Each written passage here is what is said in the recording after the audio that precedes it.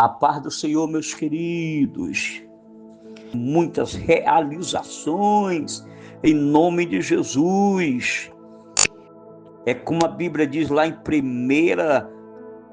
Tessalonicenses, capítulo 5, versículo 17. Fala sobre a oração, sobre orar sem cessar, orar sem esmorecer. Quando eu oro, eu estou determinando, você vai ver que a oração é lugar de comunhão, a oração é lugar que a gente vai falar com Deus. A oração, nós vamos ver Moisés falando face a face com Deus, você vai ver Abraão falando com Deus, você vai ver Davi falando com Deus, você vai ver Daniel falando com Deus, você vai ver Elias falando com Deus, mas falando como, pastor? Falando na oração. A oração, ela nos aproxima de Deus. É igual um relacionamento. Você que é casado, você tem o seu relacionamento. Você tem a sua aproximação com a esposa, com o esposo. Então vocês têm uma comunhão, vocês têm uma intimidade. E essa comunhão e essa intimidade que Deus quer de mim e que Deus quer de você. É através da oração que muitas coisas vão acontecer. Eu falei esses dias que o clamor de Ezequias mudou. Não só mudou a sua vida, como Deus também deu vitória diante dos seus inimigos. Deus, além de acrescentar 15 anos de sua vida, mas qual foi o segredo de Ezequias? Ezequias, quando o profeta Isaías chega até ele, o que acontece? E diz para ele que ele vai morrer. O que acontece aí? Olha a resposta. Ezequias, ele não vai murmurar, ele não vai reclamar, ele não vai questionar, ele não vai consultar ninguém. Sabe o que ele faz? Ele vira. E quando ele vira, ele coloca o rosto aonde? Na parede. E quando ele coloca o rosto na parede, ele vai falar com quem? Com João, com a Maria, com José, com o pastor Gilson? Não. Ele vai falar com aquele que pode mudar a história. Ele vai falar com aquele que pode mudar o quadro. Ele vai falar com aquele que pode mudar a sua situação. Procure a pessoa certa para você falar. Ezequiel nos dá um exemplo. Procurou a pessoa certa. Quem era a pessoa certa? Era o Senhor. Ele foi falar com Deus. Ele foi falar que andava nos seus preceitos, nos seus caminhos. E quando ele toma a atitude, uma oração, o mesmo Deus que mandou o profeta Isaías dizer que ele ia morrer, foi o mesmo Deus que falou para o profeta: vai lá com ele e diz que eu vou dar 15 anos de vida. E além de Deus dar 15 aanos, ele decreta, ele determina um decreto de vitória sobre a vida de Ezequias. Porque ele estava, além de ter um momento de enfermidade, ele está vivendo um momento de guerra. Mas sabe o que Deus faz? Deus está movendo o tempo. Deus está movendo o tempo para abençoar Ezequias. Isso é o poder da oração. É abrir relacionamento, é ter intimidade, é ter comunhão. É falar com Deus como você estivesse falando a sua intimidade. Falar com Deus é declarar a Ele o teu problema. Falar com Deus é declarar a Ele aonde está doendo. Quando você vai no médico, o médico vai perguntar o que o senhor está sentindo, ou o que o senhor está sentindo. O médico vai dar um diagnóstico. E Deus está dizendo: vem que eu quero te ouvir. Como diz Salmo 139, versículo 4. A Bíblia diz que antes mesmo que a palavra me chegue à língua, tu já conhece inteiramente, Senhor. Então, antes de você falar a Deus o que você está precisando, Deus sabe. Deus sabe que tu vai falar, porque Deus conhece o teu coração, Deus conhece o teu deitar, o teu levantar, e antes de você expressar a Ele, Deus já sabe, aleluia, a tua petição. Jeremias 33:3, a gente sabe que Deus responde. 1 Pedro 5:7, sabe que Deus cuida. Salmo 34:4, sabe que Deus livra dos medos. Filipenses 4, versículos 6 e 7, paz que guarda a mente e o coração. Hebreus 4:16, misericórdia e graça no momento de necessidade. A oração de um justo é poderosa e eficaz, como está em Tiago capítulo 5, versículo 16, parte B. Então, a oração, ela é eficaz quando eu abro meu coração para Deus e falo para Ele o meu problema. Aleluia. É como está em Hebreus 13:15.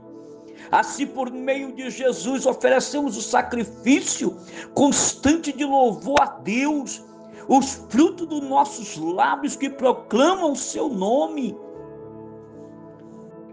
Oração é agradecer, é a oração da gratidão, é a oração do louvor, dando sempre graças por tudo ao nosso Deus e Pai de nosso Senhor Jesus Cristo, como está em Efésios 5:20.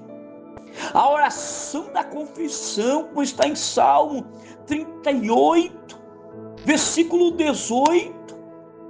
Confessai a minha iniquidade, entristeço-me por causa do meu pecado.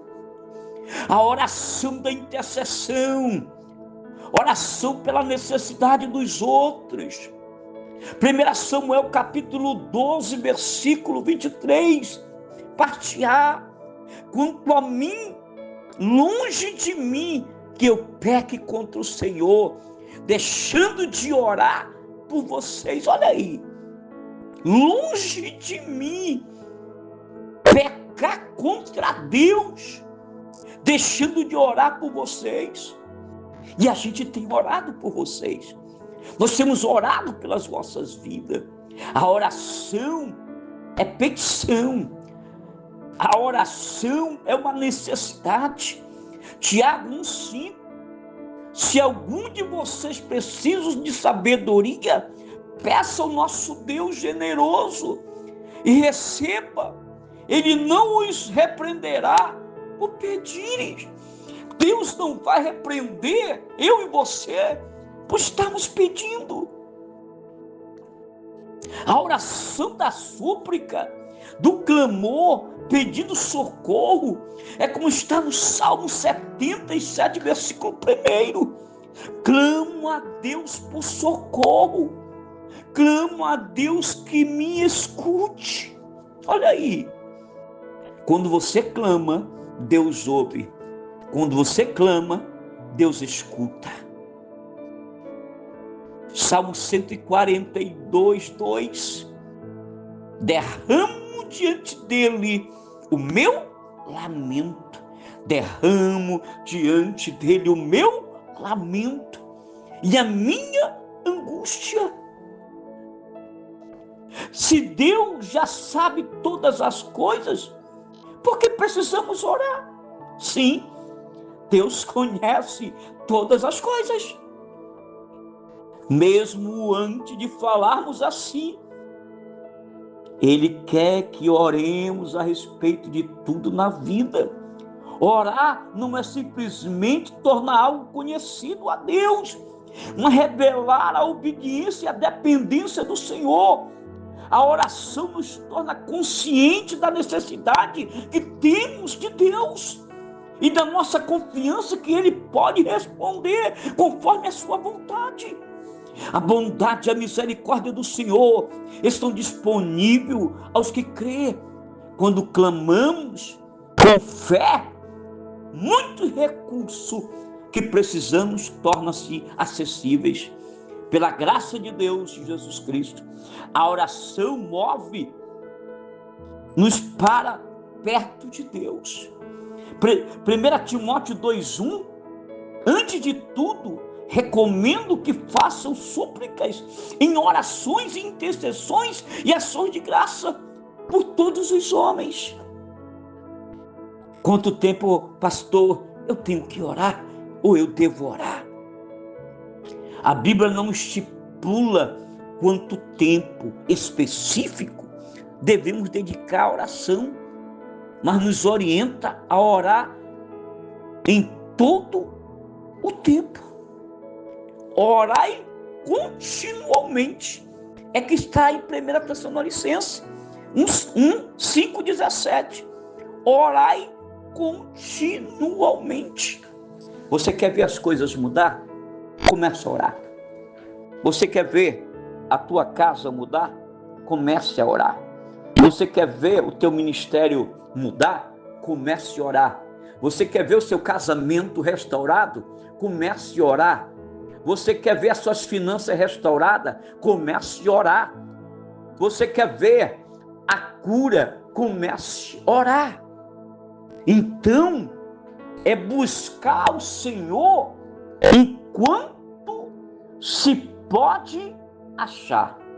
Que você venha entender, meu querido, que a oração ela liberta, que a oração ela quebra as cadeias, que a orações move a mão de Deus. E nessa sexta-feira, Deus vai estar quebrando toda a armadilha, todo levante, todo trabalho de macumbaria, de feitiçaria contra a tua vida, porque o Senhor dará ordem aos seus anjos para te guardar a tua entrada e a tua saída. Que Deus os abençoe. Senhor, meu Deus e meu Pai, nessa manhã de sexta-feira, eu quero apresentar cada vida, eu quero apresentar cada família, eu quero apresentar cada propósito desses irmãos, dessas irmãs que vão estar ouvindo, Senhor, esta oração, que vão estar ouvindo esta palavra de fé. Senhor, vem curando, vem sarando, vem libertando, vem quebrando todo o jugo, vem quebrando todas as cadeias. Entra nessa casa com libertação, entra nessa casa com cura, entra nessa casa com provisão, entra nessa casa com juízo, entra nessa casa e faz a tua obra, faz o teu querer, meu Pai, porque como a tua palavra diz, é orar intensamente, é orar intensamente. O Senhor nos deu um exemplo da oração. O Senhor passou 40 dias no deserto, meu Deus, orando. Daniel orava, Elias orava, Moisés orava, Eliseu orava. Senhor, a oração, meu Pai, eu entendo que muda muita coisa, e eu creio que através da oração o Senhor vai mudar a sorte dessa casa, dessa família, Pai. Eu te peço as tuas bênçãos, eu te peço a tua proteção sobre esta casa, sobre esta família, que haja cura, que haja libertação e que haja mudança em nome do Senhor Jesus. Que o Senhor vos abençoe, preto de bênção do céu, sobre a sua vida, sobre a sua casa, sobre a sua família, em nome de Jesus.